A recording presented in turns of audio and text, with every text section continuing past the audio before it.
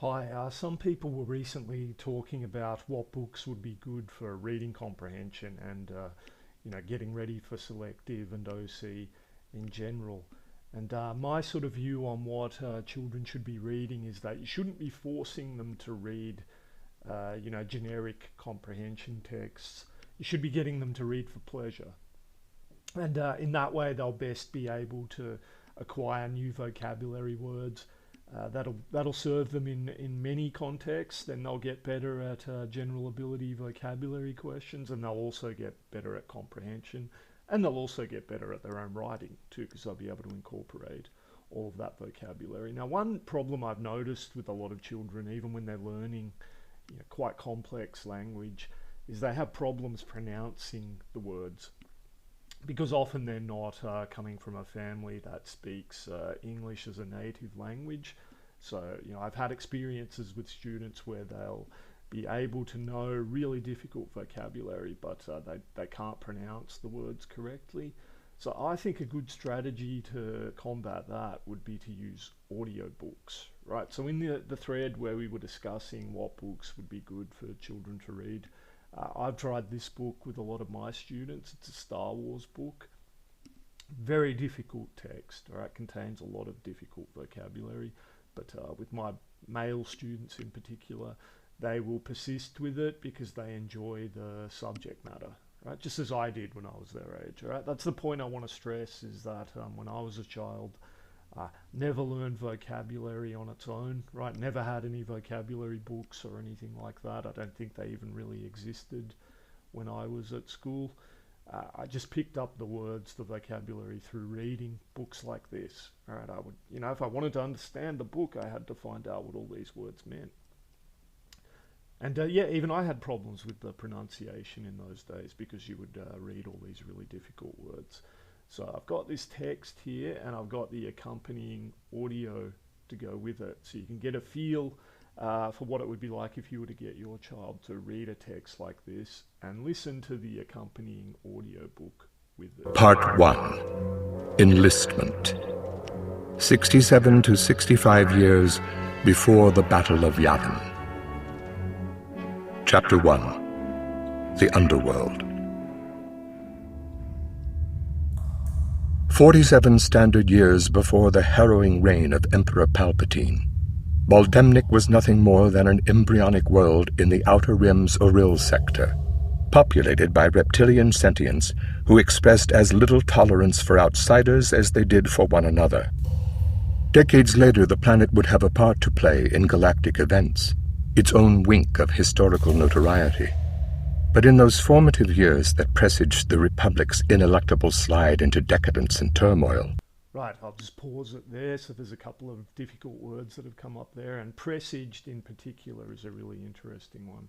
So I have a Year 5 student who recently used that word. He knew what that word meant. I think we discussed the word portend, right? Portend means to tell of the future, to act as an omen. And he offered this word as a synonym.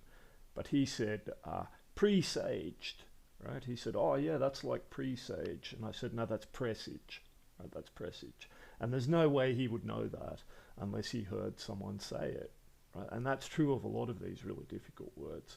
So if he were to listen to this audio book and read along with it, yeah, I'm pretty confident he would absorb the word pretty quickly. So an ineluctable, that means can't be escaped from, right? That's a pretty obscure word.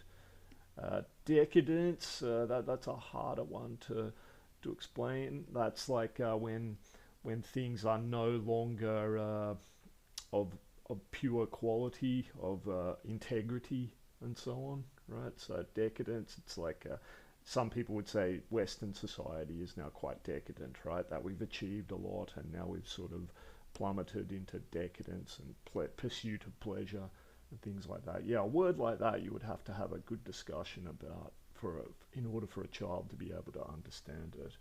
All right, I'll start the audio up again. Baldemnik was of interest only to xenobiologists and cartographers.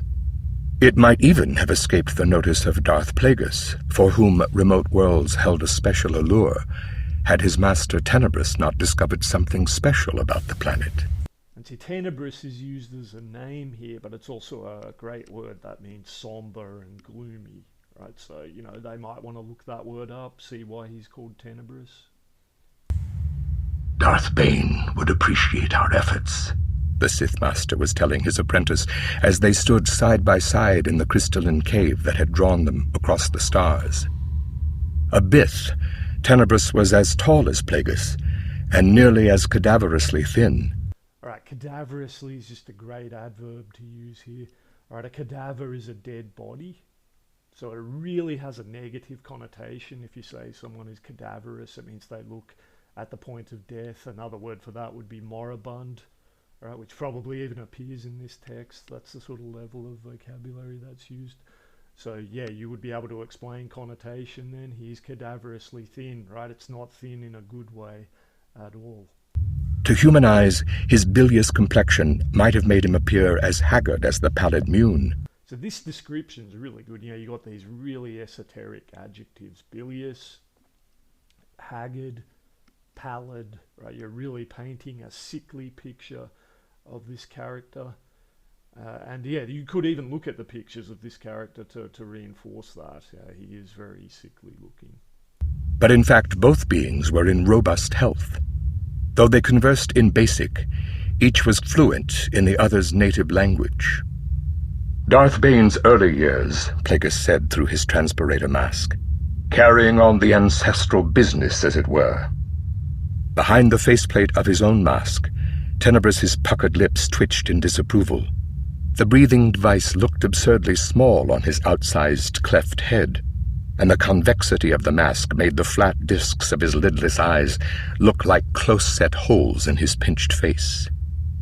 Bane's seminal years. Plagueis weathered the... All right, so that's where I've stopped the text there. So you can see in that short section of text, there's so much rich vocabulary on display. And when I've done this text, I usually will read this whole first chapter with my students, and I made a list of words that I thought they would struggle to understand.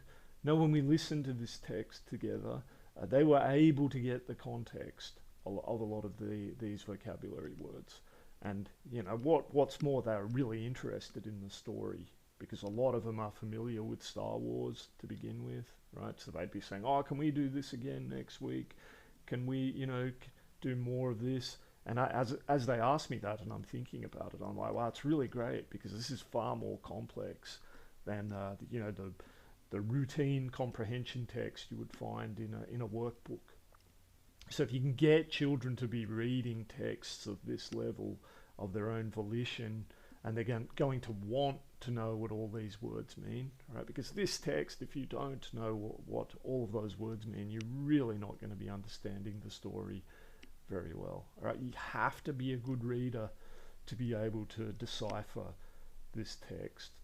So, you know, that's a way of encouraging children to want to improve their vocabulary, to want to improve their reading skills. You know, you want them to see there's this rich world of literature that's out there, right? And it's not all boring. There's some really interesting stories that are, you know, waiting for you out there, and you've got to be able to decode them. That's the trick to it. So yeah, I highly recommend using audiobooks along with difficult texts to try and encourage students in vocabulary acquisition, and to also assist them with pronunciation.